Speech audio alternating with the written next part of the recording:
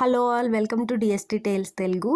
ఈరోజు మనం చేసుకోబోయే రెసిపీ ఈజీ అండ్ సింపుల్గా చేసుకునే ఎగ్ ఫ్రైడ్ రైస్. దీనికోసం మనం ముందుగా రైస్ ఉడకబెట్టి ఉంచుకోవాలండి. తర్వాత వెజిటేబుల్స్ ఆనియన్, క్యాబేజీ, వెల్లుల్లి మస్ట్ అండ్ షుడ్గా తీసుకోండి. ఇంకా రిమైనింగ్ వెజిటేబుల్స్ అనేది ఆప్షనల్, అంటే క్యారెట్, బీన్స్, క్యాప్సికమ్ ఇలాంటివన్నీ ఆప్షనల్గా తీసుకోండి. నేను మాత్రం ఇక్కడ ఈ రెసిపీలోకి red capsicum, green capsicum, onion, beans, అలాగే క్యాబేజీ, వెల్లుల్లి తీసుకున్నానండి. ఈ రెసిపీకి ఎప్పుడైనా కూడా ఫ్రైడ్ రైస్లు చేసేటప్పుడు క్యాబేజీ మస్ట్ అండ్ షుడ్గా తీసుకుంటేనే ఫ్రైడ్ రైస్లు టేస్ట్ అనేది చాలా బాగా వస్తుంది. నేనైతే ఎలాంటి సాసెస్ వాడకుండా చాలా సింపుల్గా చేశానండి. ఈవెన్ గరం మసాలా లాంటివి కూడా నేను ఏమి యాడ్ చేయలేదు. సో సింపుల్గా మన ఇంట్లో ఉండే ఇంగ్రీడియంట్స్తోనే చేశాను. అంటే ఉప్పు, పసుపు, కారం, ఇంతకు మించి ఎక్కువైతే నేను ఏం యూస్ చేయలేదు. సో నేను ఇక్కడ అన్ని వెజిటేబుల్స్ని సన్నగా చాప్ చేసుకున్నానండి. ఇప్పుడు నేను 6 ఎగ్స్ తీసుకున్నాను. సో ఇంక లేట్ చేయకుండా ప్రాసెస్ చూద్దామండి.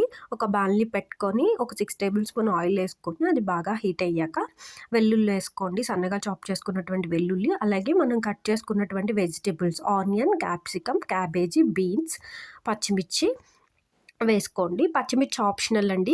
ఈ వెజిటబుల్స్ అన్నీ యాడ్ చేశాక ఒకసారి ఫ్రై చేసుకోండి. ఈ ప్రాసెస్ అంతా కూడా హై ఫ్లేమ్లో జరగాలి. అలాగే నేను పసుపు యాడ్ చేశానండి, సాల్ట్ కూడా యాడ్ చేశాను ముక్కలన్నీ బాగా మగ్గడం కోసం.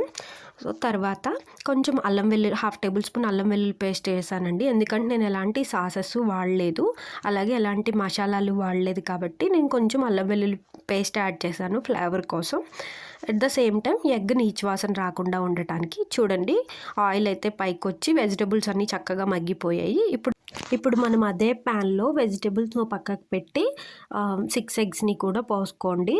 అవి పోసాక అవి కొంచెం కదపకుండా కొద్దిసేపు వదిలేయండి. అది కొంచెం ఉడికాక అప్పుడు దాన్ని కదపండి. ఎగ్స్ క్రంబుల్స్లా ఫామ్ అవుతాయి.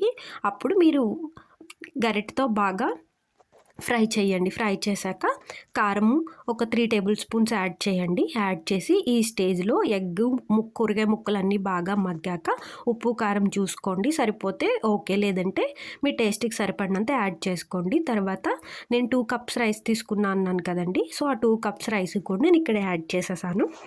యాడ్ చేసి హై ఫ్లేమ్లో టాస్ చేయాలి. అంతే అండి, చాలా ఈజీ అండ్ సింపుల్గా చేసుకునే ఎగ్ ఫ్రైడ్ రైస్ అయితే రెడీ. Thanks for watching.